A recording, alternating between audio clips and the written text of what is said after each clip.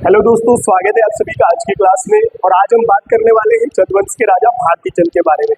और मैं बता दूं, भारती चंद से पेपर में प्रश्न बनते हैं क्योंकि भारती चंद वो राजा है जिनके कुमाऊं में पवाड़े प्रसिद्ध है। और इनके बारे में, इनके समय में चली एक कटकाली प्रथा और जिससे उत्पन्न हुई नायक जाति, कई बार यहाँ से प्रश्न पेपर में बनता है।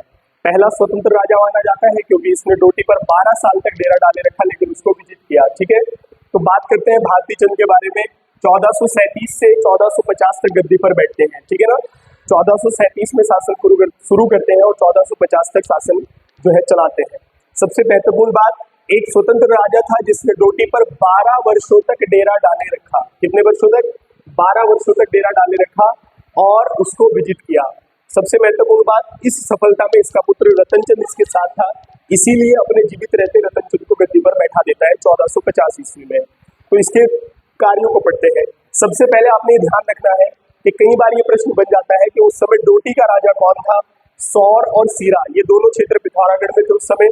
इनका राजा कौन था जिस समय भारती चंद गद्दी पर बैठे हुए थे? तो देखो, डोटी का राजा उस समय जयमल था और सौर का राजा विजयबम था, बलराज विजयबम, और सीरा का राजा संसारमल था। ठीक है ना, कौन था? संसारमल।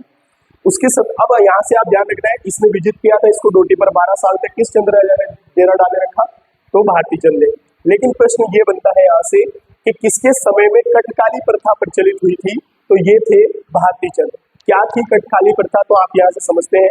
जब इसने डोटी पर 12 साल तक डेरा डाले रखा तो इसके जो पुत्र थे, मतलब जो सैनिक थे, इसने परमिशन दी थी, अपने सैनिकों को अनुमति दी थी कि वहां की जो महिलाएं हैं उनके साथ संबंध बना लिए जाए बिना विवाह के, और उनसे उत्पन्न जो संतान हुई उसको नायक जाति का नाम दिया गया।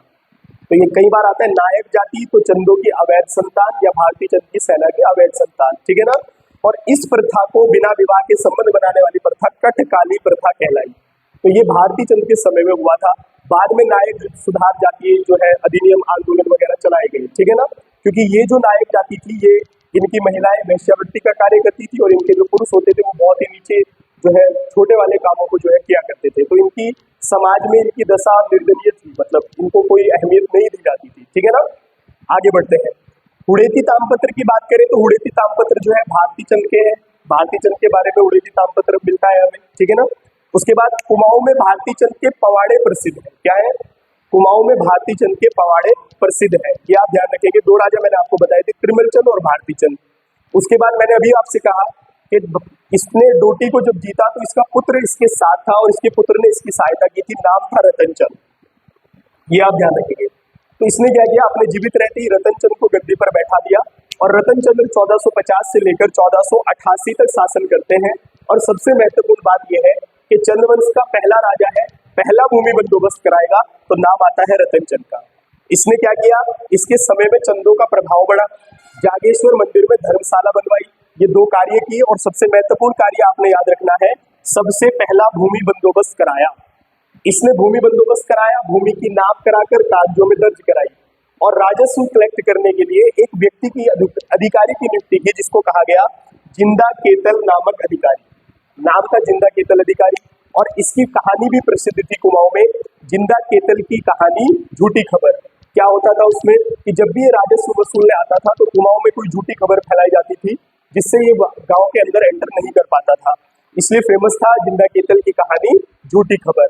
और ये राजस्व वसूलने के लिए जो है रतनचंद ने नियुक्त किया था। तो यहाँ से आप समझेंगे। एक और बात इसके बारे में आपने ध्यान रखनी है कि रतनचंद ने एक संधि की थी जिसका नाम था मैत्री की संधि। क्या थी?